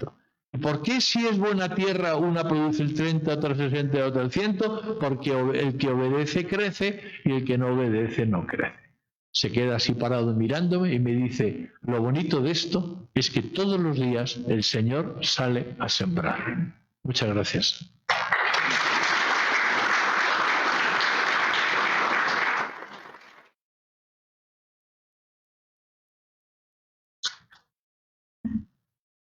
Tenemos un espacio para preguntas. Nos dejamos totalmente guiar. Es un tema de entrar en un ambiente y crecer. Creo que es una gran oportunidad. Gracias por tu compartir estas ideas, unas experiencias de vida que realmente, claro, lo que decía al final, crecieron. Quizá el ambiente en que nosotros estamos, guiarlo para nosotros es darnos cuenta que somos partícipes también del ambiente y que podemos colaborar. Si nos puede ampliar un poquito más ese pillarlo, y definitivamente don Álvaro a la primera, don José Luis Mutzke pues un poquito más, y don José María de Garnica un poquito más lento, ¿verdad? El tema no es tanto el tiempo, sino la disposición de uno de crecer, de aprovechar, y sobre todo yo me lo planteo, se lo planteo a todos los jóvenes también cuando estamos por acá con tanta actividad, la disposición uno de querer crecer, ¿verdad? De pillarlo, aunque me cueste un poquito más, y proyectarse, el tema de proyectarse según el proyecto que cada uno va construyendo acá. Eso pillarlo y entenderlo, pues va uno definiéndolo si aquí, allá, ¿verdad? Porque el ambiente es, entre todos lo hacemos, y es un reto grande en lograr yo mismo entrar, crecer, y yo mismo aportar a los demás para entrar y crecer. Si nos puede ampliar un poquito de ese pillar. No, yo creo que si con este ángulo que hemos hablado, ahora vais a la Escritura y entonces, ¿qué es el Evangelio? Pues el Evangelio es la suma de impactos. El impacto de Zaqueo, el impacto de Bartimeo, el impacto de Pedro, de Mateo, ¿no? Todos, ¿cuántas veces contaría Zaqueo que lo del árbol, ¿no? Yo que era bajito, ¿no? Y quería conocer a Jesús, lo quería conocer por curiosidad, porque todo el mundo hablaba de él, ¿no? Y él, que era jefe de publicanos y rico, ¿no? Pues era un tío importantísimo en el pueblo, pero era como el ministro de Hacienda, ¿no? Del barrio, o sea, de la zona, ¿no? Pues el tío, aunque era un tío muy rico y muy famoso y muy importante, se tiene que subir a un árbol, porque es que no ve nada, porque la gente es mucho más grande que él, ¿no? Entonces, un tío de esa categoría, subirse a un árbol como si fuera un chaval, ¿no? Pues, ¿por qué lo hace? Porque tiene curiosidad, porque tiene deseos, ¿no? Y lo que es impresionante es que cuando uno pone los medios, el impacto se produce siempre, el encuentro se produce siempre, ¿no? Pero nos tiene que costar un poquito porque hay que poner interés.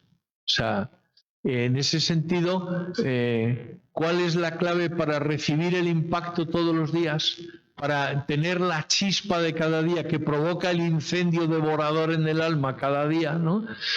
Eso es lo que se llama hacer el plan de vida, ¿no? Hacer oración, ir a misa, rezar el rosario, esas cuantas cosas con acento de santidad. Lo que importa es que las hagamos como un encuentro personal, ¿no? Imaginaros que sois Zaqueo cada día, os levantáis de la cama costosamente, llegáis a la iglesia o venís al oratorio y entonces uno dice, bueno, yo ya he hecho el esfuerzo de arreglarme, vestirme y llegar, es como el esfuerzo de subirme al árbol, ¿no? Y entonces uno le dice, bueno, Señor, aquí me tienes, yo ya he hecho lo mío, ahora te toca a ti, róbame el corazón, ¿no? O sea, impáctame, golpéame, enamórame, ¿no? De tal manera que a esa oración al Señor le conmueve. Cuando uno pone la energía de la libertad en ir a misa, en encontrarme con el Señor, en hacer oración personal, ¿no? Por eso el secreto para que el impacto, el encuentro, para entrar en el sentido sobrenatural, es tener ese contacto personal, ¿no? Porque con el contacto personal vuelve otra vez el incendio, ¿no? Es muy bonito que los primeros de la obra, los primeros chicos de San Rafael, los primeros que entraron en este mundo sobrenatural, maravilloso, de vivir en medio del mundo, pero enamorados de Jesucristo y haciendo el bien a los demás, ¿no? Pues ellos le dijeron a San José María, es que las cosas que usted nos dice en los círculos y que nos remueve y nos incendia, ¿no? ¿Por qué no esas anécdotas que usted nos cuenta en los círculos o esas cosas que usted nos dice de amor en los círculos, ¿por qué no nos escribe un libro y nos pone las anécdotas? De tal manera que luego, cuando yo estoy en Cuenca, Guadalajara, Madrid, Sevilla, ¿no? Cuando yo estoy por ahí, ¿no? y quiero hacer mi oración de la tarde, pues abro mi libro y leo eso y dice, me meto como en el círculo o en esa meditación y de repente, ¡pras!, aquellas cosas que me golpean, ¿no? Yo vivo con un señor que se llama don Cristino Solance. Don Cristino Solance tiene 93 años. Y está en plena forma, o sea, sale y se nos escapa de casa y se va por ahí y le encanta, bueno, un sacerdote muy divertido, muy del siglo XIX, porque don Cristino siempre ha sido del siglo XIX. Cuando tenía 24 años también era del siglo XIX. Y habla como del siglo XIX y declama, y es así como muy del siglo XIX. Le queremos mucho, pero es del siglo XIX. Su mentalidad, todo es del XIX, ¿no? Entonces hay que traducir las cosas porque de vez en cuando se desconcierta con lo que pasa, ¿no? Oiga, don Cristino, estamos en el 21, ¿no? No pasa nada, ¿no? Bueno, entonces yo me acuerdo perfectamente, el otro día se lo recordé y nos reímos mucho, porque yo era un joven valor emergente, un joven, y estaba con mis amigos jóvenes como yo, todos un montón de chavales, y estábamos todos sentados, no teníamos oratorio en el club al que yo iba, en el Espabel, donde yo iba, no había oratorio, era un cuarto de estar donde hacíamos todo, y luego algunas habitaciones. Y en el cuarto de estar estábamos todos sentados en el suelo y llegó don Cristino. Claro, cuando don Cristino vino a darnos la meditación, pues todos nos reíamos porque sabíamos que era muy del 19 y las anécdotas que nos contaba y las cosas, los ejemplos que nos ponía, pues a veces dormíamos y a veces nos reíamos y a veces comentábamos, porque los niños siempre suelen ser pequeños locos bajitos, ¿no? Y entonces el caso es que pero aquella meditación que nos dio aquel día a mí me dejó muy impactado, porque él de repente, no sé qué estaba hablando, y de repente dijo: la Iglesia, el mundo, es como un gran barco, imaginaros un transatlántico, imaginaros una gran tormenta en alta mar, y el buque, ¡guau!, y el agua, y entonces el barco tal, y hay un montón de gente que está en el agua y que se están ahogando, ¿no? Yo hice la mili en la Marina, el servicio militar en la Marina de Guerra Española, y lo primero que descubrí el primer día al llegar allí en un cuartel de instrucción de marinería, éramos 2.500 hombres. Y la mayoría éramos gaditanos, claro, yo estudiaba tercero de carrera y la mayoría de la gente que estaba conmigo eran pescadores.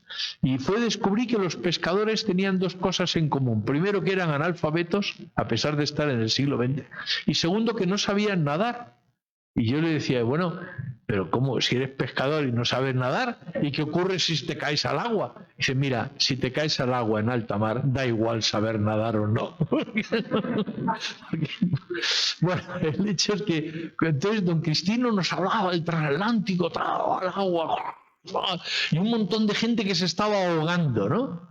Y entonces desde arriba, desde la cubierta, se les lanzaba cables, ¿no? Y entonces había que subir a un tío, ¿no? Cuando subías a un tío ya medio ahogado, ¿no? Ya se recuperaba, cogía una cuerda, la tiraba y empezaba a sacar a otros, porque había muchas miles de personas ahogándose. Y don Cristino decía: hay muchos miles de jóvenes que se ahogan por las pasiones, por la superficialidad, por amoríos, porque se dejan llevar por... Hay que sacarlos y llevarlos al amor de Dios y a la paz de las virtudes y de la alegría, de la preocupación por los demás. Entonces, a mí aquella meditación me produjo tal impacto que yo esa noche llamé por teléfono y quedé con 3 amigos al día siguiente, domingo, uno a las 10, otro a las 11 y otro a las 12. Y me tomé 3 cañas, uno con cada uno, y les conté lo del transatlántico. Le dije: tío, tú estás ahogándote, tienes que venir y subirte a la cubierta y sacar a otro. Es verdad, tío. Yo los llevé a confesar a los 3, ¿no? Dice: es que es verdad, es que el mundo sobrenatural existe. Entonces, tú haces oración, te impactas, te conviertes, te enamoras y te lanzas a ayudar a otros, ¿no? Entonces, la clave está en que en el plan de vida no es simplemente quitarse el plan de vida de encima. Voy a hacer la oración o voy a hacer el rosario para ya haber hecho la oración o el rosario. No, si lo que se trata es de incendiarse, de impactarse, de ilusionarse en cada medio de formación, ¿no? Por eso nuestro padre siempre, San José María, siempre nos hablaba de encuentro personal. O sea, uno no hace la lectura por estar informado, sino para tener un impacto con Jesucristo, para que Cristo te diga algo en la lectura, o te diga algo en el Evangelio, o te diga algo en el rosario, ¿no? Y lo primero que nos dice es: te quiero. tranquilo, estoy aquí, calma, paz, ¿no? Ya te ayudo yo, ¿no? Porque si no hacemos las cosas con el Señor, es muy difícil que logremos hacerlas. No sé si te he respondido. José Carlos, muchas gracias por todo. Yo tengo...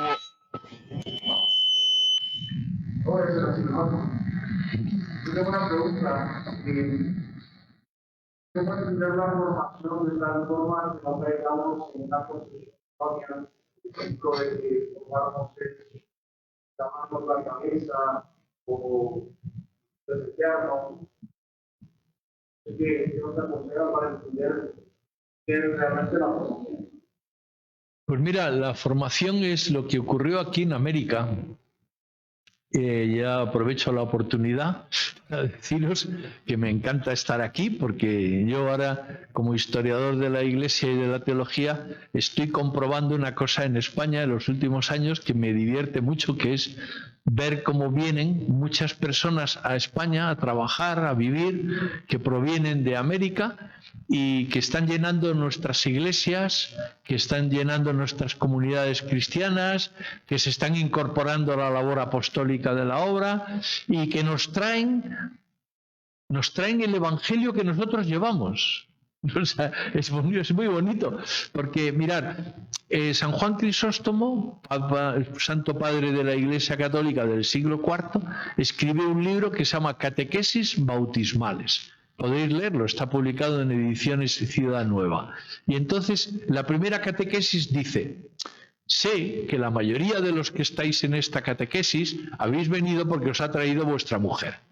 Y efectivamente, porque ¿cómo se expansionó la Iglesia? Gracias a que tenías la gracia bautismal, pues acudías al bautismo, te bautizabas y ya pasabas a ser miembro de la comunidad cristiana, bla, bla.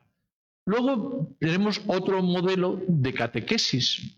Otro modelo de catequesis es la Suma contra Gentiles de Santo Tomás de Aquino. Si la leéis, veréis cómo Santo Tomás prepara a los misioneros que iban a ir a tierra de moros y a tierra donde había muchos judíos, y con la Suma contra Gentiles les preparaba, ¿no? ¿Cómo se evangelizó aquí? Aquí se evangeliza con lo que se llama el método de los 12 apóstoles. Por ejemplo, los 12 primeros franciscanos que llegaron a Nuevo México, provenientes de la provincia de San Gabriel, es decir, de Extremadura, y venían al mando de Fray Martín de Valencia, ellos iban recorriendo el camino hacia la Ciudad de México, y los indios que salían al camino para ver aquellos 12 andrajosos, porque eran 12 tipos que venían desde Extremadura a España 6 meses atrás sin cambiarse de ropa, ¿no? El mismo hábito, y es la vida. Y entonces, pues iban con un aspecto bastante andrajoso, porque después de 6 meses de llevar el mismo, y además con una travesía marítima, pues no es que tuvieran un aspecto excelente, no iban con su mejor clergyman, ¿no? O sea, iban, y entonces los indios decían motolinía, motolinía, es decir, pobres andrajosos, ¿no? Y Toribio de Benavente oye eso y dice: motolinía, me voy a pasar a llamar Fray Toribio motolinía, ¿no? Porque el deseo es el de estar desprendido de todo para solo tener a Dios en el corazón. Bueno, cuando llegan los 12 apóstoles a México, ¿qué hacen? Se sientan con un intérprete primero y luego ya directamente, porque han aprendido la lengua de los indios, ¿qué hacen? Hablarles de Jesús nace, Jesús vida oculta, Jesús vida pública, pasión y muerte, resurrección, los hechos de los apóstoles. Terminado, vuelven a empezar, porque la catequesis consiste en hablar de Jesús y contar su vida, y cuando termina vuelven a empezar. Y son bautizados y siguen haciendo lo mismo todos los domingos, porque aquí la catequesis no era antes del bautismo, sino la catequesis era antes del bautismo, porque nunca se bautizó con manguera. ¿Sabéis lo que es una manguera? ¿No? ¿Vale? Aquí nunca se bautizó con manguera, ni por aspersión. No, aquí los bautizos son uno a uno, alma a alma, persona a persona. Y se le explica el Evangelio a 1 o a 25. Entonces, en ese sentido, la cuestión es, la clave es conocer a una persona, que es conocerla. El Papa Benedicto dice en la encíclica Deus Caritas Est, no se comienza a ser cristiano por una decisión ética, sino por el encuentro con una persona. O sea, en ese sentido, conocer a Jesucristo para enamorarse de Él. Es que si conozco a Jesucristo y me enamoro de Él, voy a quedarme encandilado de Él. Sí, claro, es que de eso se trata.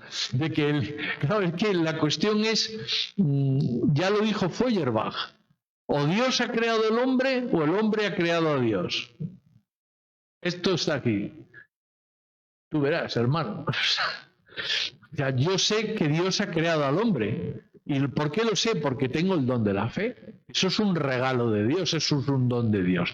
Pero es que además yo tengo el super regalo de Dios. Porque no solo sé que Dios ha creado al hombre, sino que sé que Dios se ha revelado al hombre. Y por tanto, si Dios se ha revelado al hombre en Jesucristo, y es el último punto de la revelación, o sea, ya después de la revelación de Jesucristo no hay más revelación, porque Dios se ha revelado a sí mismo y nos ha dado a conocer su rostro, que es Jesús. Entonces yo ahora puedo tomar el tesoro de la revelación, que es Jesús. Por eso aquí se evangeliza muy bien, porque ¿a quién se da? ¿Un rollo patatero? ¿Una construcción mental? No, se da a Jesús, que es la revelación hecho hombre, ¿no? ¿Me explico? En ese sentido podemos llámale como quieras, pero es verdad, o te enamoras de Jesucristo o no te enamoras. Entonces, eso es verdad que hay personas que piensan que el cristianismo es un código de conducta, es un código de actos, es un modelo de vida, es una cosa cultural. ¿De acuerdo? Para esas personas que tienen esa concepción de la vida, a lo mejor el cristianismo es un paquete de ideas, un cementerio de ideas, ¿no? Puede ser eso, comer el coco, o sea, ¿de acuerdo? Pero es que eso es falso. El cristianismo no es eso. Eso es una deformación del cristianismo, ¿no? Porque si pierdes la figura de Jesús y si pierdes la relación personal con Jesús, entonces todo te queda evidentemente en un constructo. Hay gente que dice la ideología cristiana... Momento de calma. Una ideología es un sistema cerrado de pensamiento para explicar la realidad. El cristianismo no es un sistema de pensamiento para explicar la realidad. El cristianismo es una persona viva de la que me he enamorado. ¿Puedo despistarme en el amor? Y entonces la conversión consiste en volver al amor, ¿no? Pero volver al amor, no volver a seguir a Cristo con prismáticos y de lejos, ¿no? Porque seguir a Cristo de lejos y con prismáticos es que no tiene gracia. Es que no tiene sustancia, porque no tiene nada, es que no es eso lo que Jesús, para Jesús no ha venido al mundo para eso, ha venido para que le conozcamos y seamos felices enamorándonos de Él, ¿no? O sea, en ese sentido, si piensas que enamorarse es complicarse la vida, pues es una manera de verlo. Yo creo que complicarse es la felicidad de la vida, enamorarse de Jesús, ¿no? Comprendo que hay personas que identifican cristianismo con ideología y entonces puedan pensar que me estoy ideologizando. Pero bueno, creo que sencillamente es una manera falsa de ver la religión, ¿no? O ver una religión, el catolicismo, como si fuera una religión más. Pues nosotros, por ejemplo, no somos una religión del libro. Eso que dicen los musulmanes, ¿no? Que a los cristianos y a los judíos no hay que degollarlos porque son religiones del libro. No, nosotros no somos una religión del libro. Nosotros somos una religión de Cristo vivo. Nosotros somos seguidores de Cristo vivo. Y lo primero que hubo no fue libro. Lo primero que hubo fue tradición oral. Lo primero que hubo fue Pedro, que todos los días se encontraba con personas y les contaba lo que él había visto y oído, todos los días. Y Marcos, que era su secretario, primero lo había sido de Pablo y luego se fue. Es muy divertido porque dice, Marcos está mosqueado, no sé si os habéis dado cuenta, en su evangelio se ve que tiene su mosqueo, se nota en varios sitios. Y hay uno que dice, y el Señor se reunió con los y eligió a los que Él quiso. Y luego da los nombres. ¿Recordáis, no? Es que está mosqueadillo, porque no lo eligió a él. Él estaba con los... no está en los 12, pero bueno, este evangelista, ¿no? Pero bueno, ya se nota, hay cositas, ¿no? Y dice, bueno, este está mosqueadillo aquí, que no le... Eligió a los que él quiso, ¿no? Diciendo, no me eligió, ¿no? Bueno, pero sí te eligió de evangelista, tío, ¿no? O sea, no sé, que la gente... Bueno, hay que conformarse con lo que uno tiene, y está bastante bien, ¿no? Tenemos vocación de amor, al amor de Dios, ¿qué más queremos, no? Pero bueno, Marcos, cuando escribe el Evangelio, ¿qué hace? Redactar lo que había oído miles de veces con las mismas palabras a Pedro. Por eso lo primero es la tradición oral. Era un pueblo de analfabetos. Entonces lo primero que llega es el mensaje de lo que hemos visto y oído, repetido miles de veces hasta que queda bien grabado en el alma, y luego se pone por escrito. Y luego vienen las erratas, que eso es la vida, porque claro, la Iglesia es divina y humana, ¿no? Son Dios y los hombres, ¿no? Y los hombres cometemos erratas. Pues bueno, por eso hay erratas en el Evangelio. Y periódicamente, con los nuevos descubrimientos que se van haciendo de la gramática y de la literatura, se va haciendo ya. Tuvimos la Vulgata que hizo San Jerónimo, luego la Sisto Clementina y luego ya la Neovulgata. Y dentro de un siglo pues sacaremos otra edición ya mejorada, ¿no? Pero bueno, no sé si te he respondido. De nada. Sí. Una anécdota, bueno, una pregunta en relación con una anécdota de don Álvaro del Portillo, y otra en relación con José María Hernández Guernica. La de Álvaro del Portillo, él se mete a estudiar ingeniería civil, caminos, y se mete a estudiar ingeniería civil porque dice, bueno, yo soy tímido, aquí no voy a hablar con nadie, eso me va a ir bien. Pero estando en el servicio militar, al mes o algo así, le acompañaban a misa más de 30 amigos suyos, y él era tímido, lo era. Esa es es el tema de decir que para hablar con otro hay que transmitir lo que uno lleva adentro, y si es tímido eso no quita. Abundar en eso. Y la otra, de don José María Hernández Guernica, que cuenta ahorita, ¿no? Que a él le pasan cosas, es decir, que ha contado, ¿no? No me morí de milagro, una, no me volví a morir de milagro, otra, no me volví a morir de milagro. Entonces a veces a uno le tienen que pasar cosas, pero que quizás no es necesario que le pasen cosas tan extraordinarias como para que vea que Dios me está diciendo, mira, te llamo para esta vocación, date cuenta. Eso. Yo me acuerdo hace muchos años, en un centro en el que viví, había un señor llamado Ramón Fernández Vara, un ingeniero de agrónomo, que era totalmente sonriente y silencioso. Y de vez en cuando íbamos por detrás y le dábamos en el costadillo para que gritara y oír su voz, porque si no, nunca le decía nada. Le pinchábamos y decía, mira, tiene voz. Bueno, pues yo, muchos años después, siendo vicario del Opus Dei de Andalucía y Extremadura, fui a Cáceres, que hay un centro en el Opus Dei en Cáceres, ¿no? La tierra de donde salió Cortés y tanta gente, ¿no? Y fui a Cáceres y ahí estaba él, ¿no? Y hacía muchos años que no nos veíamos, nos dimos un gran abrazo, ¿no?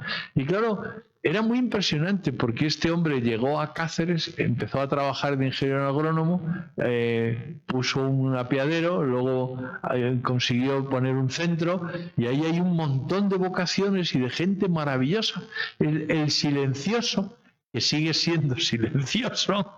Yo cuando le di un gran abrazo, y luego cuando estaba él así despistado, pum, le volví a dar para hacerle la broma. Pero ¿cuántas vocaciones han venido a través de...? ¿Por qué? Porque escuchaba mucho. El mejor apostolado es ser un gran escuchador. Lo digo porque a veces uno piensa que para hacer apostolado hay que tener mucha labia y hay que dar muchos argumentos y muchas explicaciones. No, lo que hace falta es mostrar nuestra alegría, nuestra simpatía.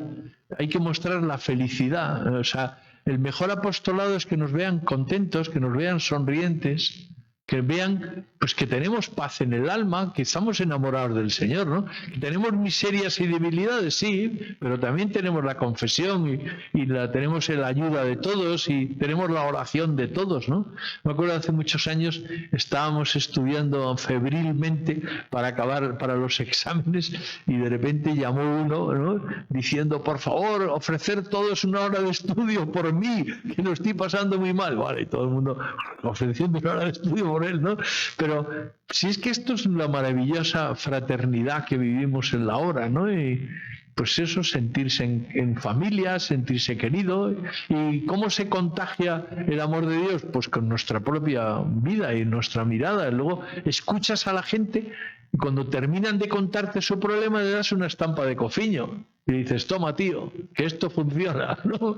Pídele ayuda, cofiño, o sea, porque yo, ¿qué voy a hacer? Yo voy a rezar por ti, pero vamos a encomendarnos a cofiño. Y a veces con una palabra, o a veces, por ejemplo, Fray José López Ortiz, que era el obispo de Tui Vigo y era catedrático de filosofía del derecho, yo escribí un artículo que se llama La amistad entre Fray José y San José María, que eran muy amigos y uno era agustino y el otro era el fundador del Opus Dei, o sea que teóricamente no tenían nada que ver uno con el otro, pero es que lo importante es conectar el alma, ¿no? Y muchas veces pues tendremos amigos de todas las tendencias, ¿no? Por ejemplo, el otro día salía la anécdota en la Junta de Andalucía en España, que era gobernada por los socialistas y los comunistas durante 40 años y había un partido ahí un poquito más de centro que hacía lo que podía, ¿no? Pero bueno, durante años el gobierno era aplastantemente de las izquierdas llamadas en España, ¿no? Y de repente se les ocurrió la brillante idea de hacer una votación a ver si el Opus Dei era una secta o no, ¿no? De vez en cuando el demonio interviene y saca un poco de cizaña para mover un poco la cosa, ¿no? Y para tenerlos un poco activos, ¿no? Bueno, el hecho es que se planteó esa cuestión y hubo un momento de cierta tensión, ¿no? Como diciendo, bueno, a ver qué va a pasar aquí, ¿no? Y porque los Opus Dei procuramos ser fieles a la Iglesia, a Jesucristo, y de aquí de secta nada, más bien lo que procuramos es sacar adelante el mundo desde dentro, enamorarnos del Señor, iluminar, o sea, secta.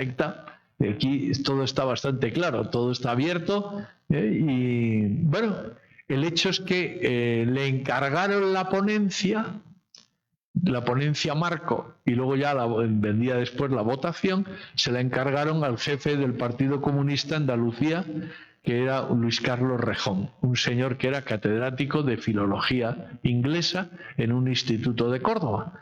Y este señor, pues, le tocaba hacer la ponencia, ¿y qué hizo?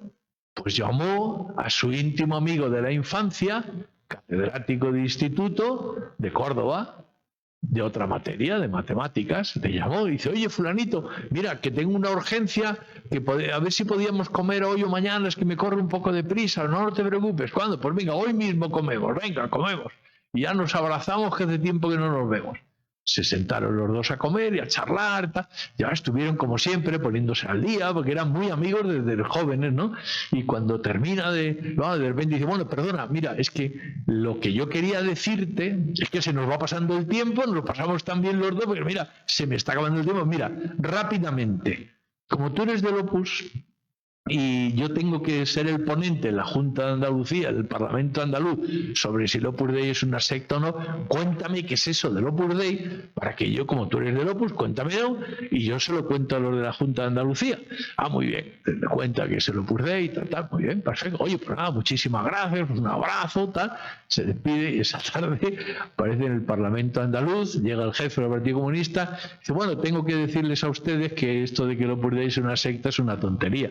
El Opus Dei es una institución de la Iglesia Católica, es una apelatura personal, y además todo esto que les he contado es de muy buena mano, porque es de un amigo mío de la infancia que es de toda confianza. Votaron, se acabó. Entonces uno dice, lo que se llama un azucarillo que se deshace, ¿no?, en un vaso de agua. O sea, es que a veces hay problemones, pero sí, y luego también está la gracia, ¿no? Pero qué bonito es que tú de quién te fías, de tu amigo, y muchas veces el punto inicial para la conversión, para volver otra vez, o para ir, ¿no?, para decir, bueno, en el fondo es el argumento de Pascal. Pascal decía eso. Vamos a fiarnos de Dios, ¿no? Pero, ¿cuál es la diferencia entre un agnóstico y un deísta? El agnóstico es el que dice, yo no sé si Dios existe, no sé si se puede tener o no relación personal, no lo sé, pero debe existir porque si no, no cuadra, ¿no? Ese tipo es un agnóstico, es una persona que cree pero no cree, que en el fondo, ¿qué le pasa? Que no le han enseñado a tener trato personal con Jesucristo. Se le invita a tenerlo. Por ejemplo, hay una película muy bonita de don Álvaro del Portillo en Milán, en un salón de actos precioso, lleno de frescos, todo, ¿no? Y entonces se levanta un chico universitario y dice, padre, lo estoy pasando fenómeno, qué tertulión estamos teniendo, padre, qué bien lo estoy pasando. Mire, estoy aquí con un hijo suyo que es íntimo amigo mío y charlamos mucho y está todo el día hablándome de confesión. Y yo, padre, soy ateo, ¿sabe usted? Y entonces yo, aquí como está su hijo, dígale que me deje en paz, porque yo soy amigo de todos, pero yo soy ateo, ¿no? Pero que me deje en paz, ¿no?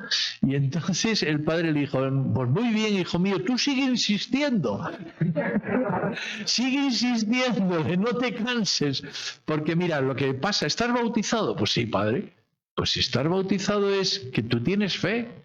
Porque con el bautismo viene la fe, la esperanza y la caridad, y la prudencia y la justicia, la fortaleza y la templanza. Lo que pasa es que es como si un césped, un prado, un verde, un pasto, como decís aquí, ¿no?, cae una roca encima.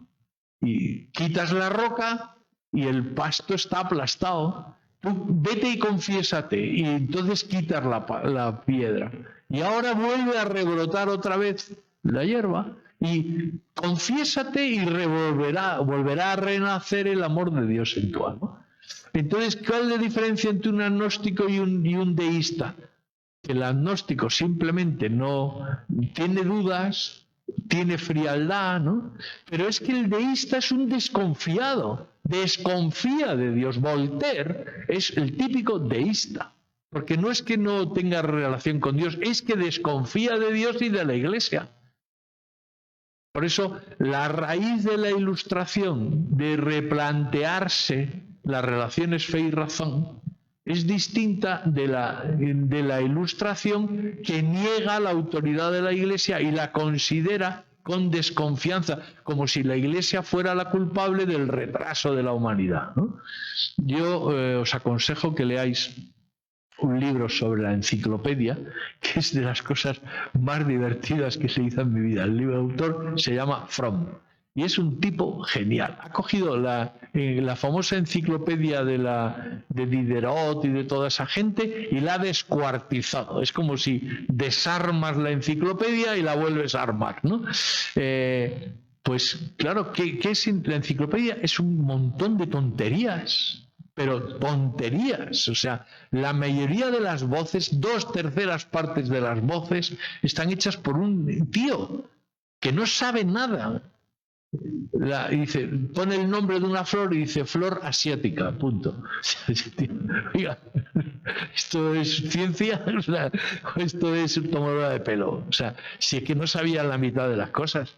Entonces, eso sí, como tenían que pasar la censura para poder aprobarla, entonces pone Jesucristo y pone una definición, Hijo de Dios, que murió por nosotros, tal, punto. Y uno dice, hombre, pues parece que esto está bien, ¿no?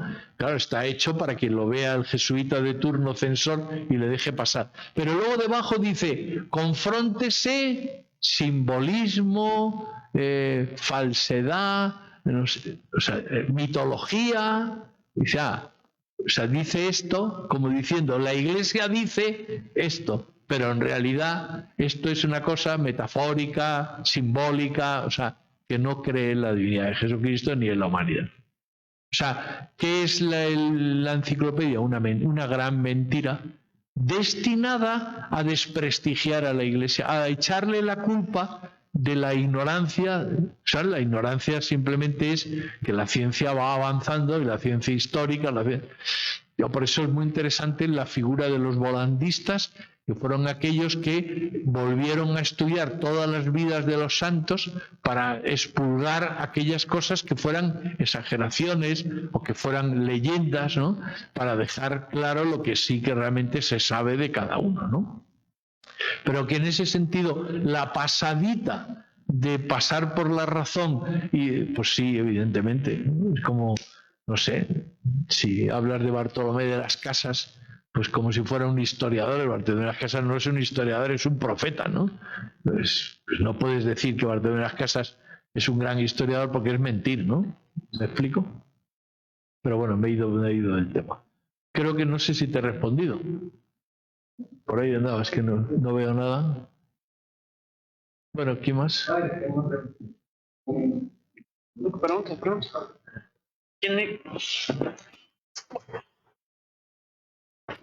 ¿Quieren preguntar o le paso? Voy.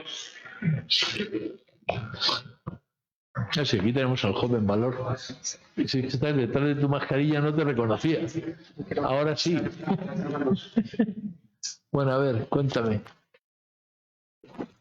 Estábamos hablando de cosas prácticas, y creo que la mayoría de los ingenieros pues se sabe que nos enseñan a simplificar las cosas y luego tendemos a hacerlo en la vida cotidiana. Y bueno, como el hecho de tal vez, para no complicarlo, pues comprar 6 camisas negras y ya pues no tener que cambiar no tener que elegir, pues todas son negras, ¿no? Y pues en muchas ocasiones ha tocado que nos dicen que le quitamos la belleza a las cosas porque somos muy prácticos, simplificamos todo. Y bueno, tal vez creo que la mayoría de los ingenieros nos pasa, nos enseñaron eso y tendemos a simplificar las cosas en la vida real. Tal vez es bueno ser práctico, o hay que tener un balance en las cosas. Bueno, San José María nos animó mucho a todos, no solo a los ingenieros, sino a todos, a ser contemplativos en medio del mundo. O sea, la ilusión, y además dice San José María en ese prólogo, Dios quiere que haga de mis chicos almas de oración, almas contemplativas, decía otras veces, ¿no? O sea, almas contemplativas o almas de oración quiere decir personas que ven más allá de los acontecimientos, ¿no? O sea, que creo que en ese sentido la formación humana que se da en los centros de la obra, que el Señor quiere que vivamos y que enseñemos a vivir a nuestros amigos, es una formación que es integral y tiene 5 facetas, ¿no? Una que es la formación doctrinal, el conocimiento de la revelación y de la fe, que es muy importante. Otra, la formación espiritual, que es tener unidad de vida y saber convertir todo en oración, el amor, el trabajo, tal. Pero hay una formación profesional, ser un gran trabajador, una persona de horizontes, tener la ciencia necesaria, ¿no? Pero luego hay una formación apostólica de escuchar a nuestros amigos, de quererles, de explicar la fe con palabras adecuadas, muy bien. Pero luego hay una formación humana. Y la formación humana, San José María le daba mucha importancia.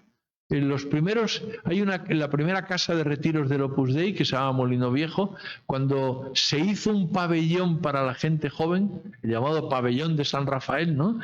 San José María quiso que en ese lugar, en el oratorio del pabellón de Molino Viejo, las vidrieras de la nave tuvieran las virtudes humanas. Y San José María siempre quería que el primer círculo que diéramos a la gente, o las charlas de curso básico previas a los círculos, siempre hubiera la formación humana. Siempre empezáramos a hablar de virtudes humanas, ¿no? Por eso me dio mucha alegría ayer cuando me contaron que Espabel estaban montando unos equipos de fútbol y había entrenadores de fútbol, ¿no? ¿Por qué? Porque eso quiere decir que seguimos viviendo la tradición que San José María nos enseñó, de enseñar a la gente a jugar al fútbol y darle una clase teórica antes del partido, que es que no hay que dar patadas, que hay que ser elegantes, ¿no? ¿no? Que si que hay que aprender a ganar y aprender a perder, ¿no? Digo, supongo que seguiréis hablando de estas cosas, ¿no? Porque las virtudes humanas, decía San José María, son la base y el fundamento de las sobrenaturales, ¿no? Por eso también es muy bonito que los centros de la obra nos han enseñado a leer. Yo recuerdo desde joven que la persona que al círculo que yo iba, la persona con la que yo hablaba, pues me daba un libro y me decía, toma, libro de lectura espiritual, libro de lectura cultural. Y yo leía en el autobús un libro y cuando terminaba me daba otro. Y decía, oye, pero es que yo quiero leer. No, tranquilo, tú vete por aquí, ahora por aquí, ¿no? No, es que si empiezas a leer teatro ahora te vas a aburrir, déjame que yo te ayude, ¿no? Entonces me iba ayudando a aprender a leer, porque si no te enseñan a leer, pues le puedes coger manía a la lectura. Es una pena, ¿no? En cambio, si te enseñan a leer, pues aprendes a disfrutar de la lectura, ¿no? Bueno, en ese sentido, la formación humana y la formación cultural es que son muy importantes. Entonces, una de las cosas que nos enseñan es a ver una obra de arte y nos enseñan a ir a un museo y a ver y a escuchar música, ¿no? Porque en esa medida vamos también abriendo nuestra mente, nuestro corazón, y de esa manera luego podemos enamorarnos mejor del Señor, podemos expresar nuestro amor ¿no? En ese sentido, quizás por ser ingeniero, pues necesitarás un poquito de mente, de contemplativo, y luego los de Bellas Artes, pues habrá que animarles. Me acuerdo cómo San José María le dijo a Leonardo Polo, que es uno de los grandes filósofos del siglo XX en España, un hombre que su obra está siendo estudiada. Hay 3 revistas en el mundo dedicadas a estudiar el pensamiento de Polo y se van publicando muchos libros sobre él, ¿no? Bueno, Leonardo Polo, que era un filósofo empedernido, iba a decir, pues San José María le dijo, tú, hijo mío, serás siempre el secretario del centro en el que vivas, para que te apoye, para que no te olvides de las cosas materiales, ¿no? Y el que llevaba las cuentas en el centro era el filósofo, ¿no? O sea, para que bajara la realidad, ¿no? Y a San José María le gustaba mucho cuando iba a Pamplona decir, ¿dónde está Leonardo? Oye, Leonardo, ¿por qué no me haces de chofer estos días, no? Y Leonardo Polo llevaba el coche, y bueno, que ya era un poco peligroso a veces, ¿no? Porque en fin se despistaba. Pero a San José María le divertía mucho eso de que Leonardo Polo llevara el coche, ¿no? Para que estuviera en la realidad, ¿no? Supongo que, bueno, quiero decir que en ese sentido tenemos que dejarnos formar, ¿no? Y bueno, pero qué maravilla que haya un lugar donde podamos formarnos, ¿no? Y podamos ser personas muy completas, ¿no? Yo creo que lo peor que está sucediendo ahora en la sociedad es que se ha perdido un poco el concepto de armonía, ¿no? Y nosotros en las causas de los santos no solo estudiamos la heroicidad de las virtudes, también estudiamos la heroicidad de la armonía de las virtudes, ¿no? Buenos días, padre. Muchas gracias por venir acá, por hablar, por tomarse el tiempo de hablar. Mi nombre es Jesús, mucho gusto. Mi pregunta, siento que los jóvenes podemos ser susceptibles a nuestro ambiente. Siento que podemos adoptar costumbres rápidamente, adoptar frases, hay veces que hasta se nos pegan los acentos. Y mi pregunta para ustedes, como joven, ¿cómo puedo mantenerme coherente en mi formación en los momentos más difíciles, en los momentos donde quizás no pueda acudir a lo que tengo acá, por ejemplo, acudir a un centro o en espacios donde realmente son con personas que tal vez vienen de otros lugares? Y quería comentar y platicar un poco con ustedes sobre eso. Muy bien, pues mira, si lees Camino, ese libro que reúne las consideraciones espirituales que San José María hacía en los círculos, ¿no? Como igual que aquí, igual que en todas partes, en los círculos, en los medios de formación, los sacerdotes o las personas que dan los círculos siempre cuentan anécdotas. Siempre lo más interesante de un círculo es cuando alguien dice, pues el otro día haciendo la oración me di cuenta que, ¿no? Y tú siempre que dices eso ves que todo el mundo levanta la cabeza, ¿no? Porque a todos nos interesa, ¿no? La experiencia de Dios, ¿no? Y aprendemos mucho de la experiencia de Dios de otros, ¿no? Porque a veces también a nosotros nos pasa lo mismo, pero no caemos en la cuenta, ¿no? Nosotros también hemos leído un libro y nos hemos dado cuenta, nos hemos removido, pero no hemos caído en la cuenta, ¿no? Por eso caer en la cuenta es muy interesante, ¿no? Y luego, cuando leas Camino, si lees el prólogo, dice, para que seas alma de criterio. Eso es muy interesante, porque en la dirección espiritual nosotros vamos hablando de lo que nos pasa y nos van ayudando a tener criterio, a saber lo que está bien, lo que está mal, lo que está regular, lo que podemos mejorar, lo que debemos dejar estar, ¿no? Por eso es muy bueno que seamos muy sinceros en la dirección espiritual, para contar todo lo que vemos, lo que nos pasa, lo que entendemos, lo que no entendemos, ¿no? Porque de esa manera nos van ayudando, nos van iluminando, y entonces al final tenemos criterio. Tener criterio es ser persona.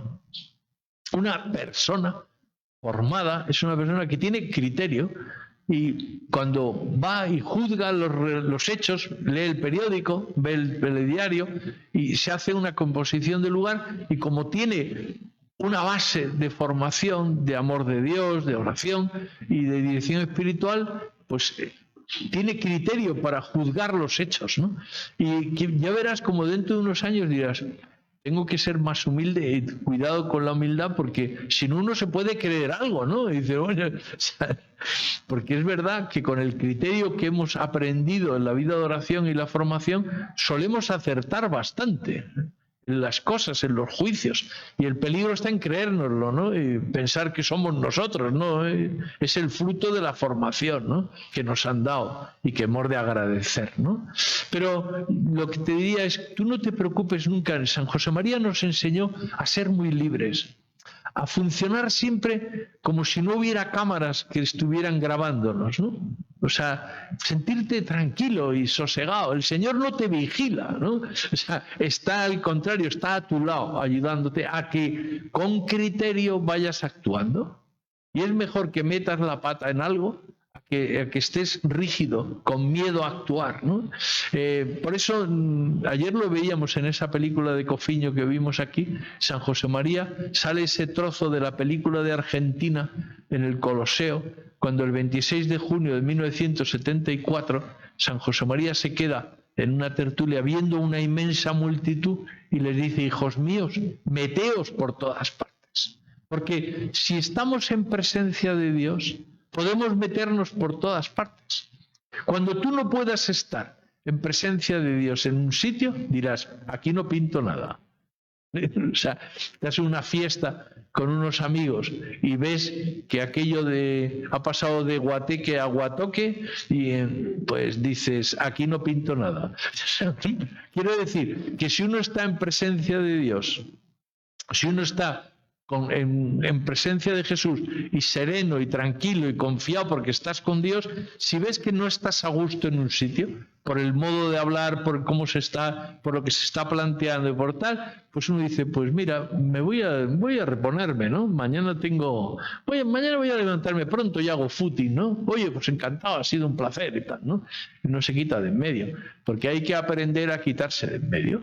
Igual que hay que aprender a fecundar el mundo desde dentro, a iluminarlo desde dentro, hay que aprender que hay momentos en la vida en que hay que quitarse de en medio.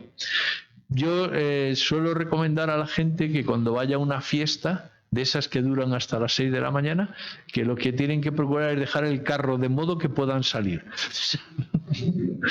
Por una razón, y luego lo segundo que recomiendo es cuando alguien va a una fiesta de esas que se alargan, es lo primero llegar y tomarse un buen vaso de agua o de naranjada, un fresco que llamáis, ¿no? Te tomas un buen vaso de fresco y ya te has quitado la sed. Si te ponen una copa en la mano, pues tú eres el tío más elegante de la fiesta moviendo tu mano y tu copa, ¿no? Pero no necesitas quitarte la sed con un tequila. Ya te has quitado la sed con un vaso de agua, que es más barato, ¿no? Y entonces puedes tener una copa en la mano y tomar de vez en cuando algo. Eso sí, siempre que comas algo a la vez, ¿no? Porque si el alcohol sin tomar, pues a nada, puede sentarte mal, ¿no? Pero uno puede estar toda una noche hablando y charlando y pasándolo en grande y moviendo tu mano, ¿no? No sé si me explico, ¿no? O sea, lo que importa es no meterse en la boca del lobo, porque si te metes en la boca del lobo y el lobo cierra la boca, ¿no? Es decir, aprender a estar, hay que saber estar, ¿no? Aquí puedo estar, aquí no puedo estar. ¿Y eso cómo se adquiere? Pues estando en presencia de Dios y charlando con el Señor. Qué bien lo estamos pasando, que cuánta gente tan interesante estoy conociendo, ¿no? Ahora dices, están todos borrachos, ¿con quién hablo? Me voy, es el momento. Te desapareces y nadie se entera que te fuiste, porque como todos ya habían cogido el punto, ya nadie sabía de quién eras, ¿no? No sé si me he explicado, ¿no? Perdonar que baje a cosas tan desagradables. Muchas gracias a todos. Hacemos el recordatorio. Tenemos la meditación con don José Carlos a las 2:45, luego bendición, y a las 4 su ponencia sobre el trabajo, camino humano y divino. Muchas gracias.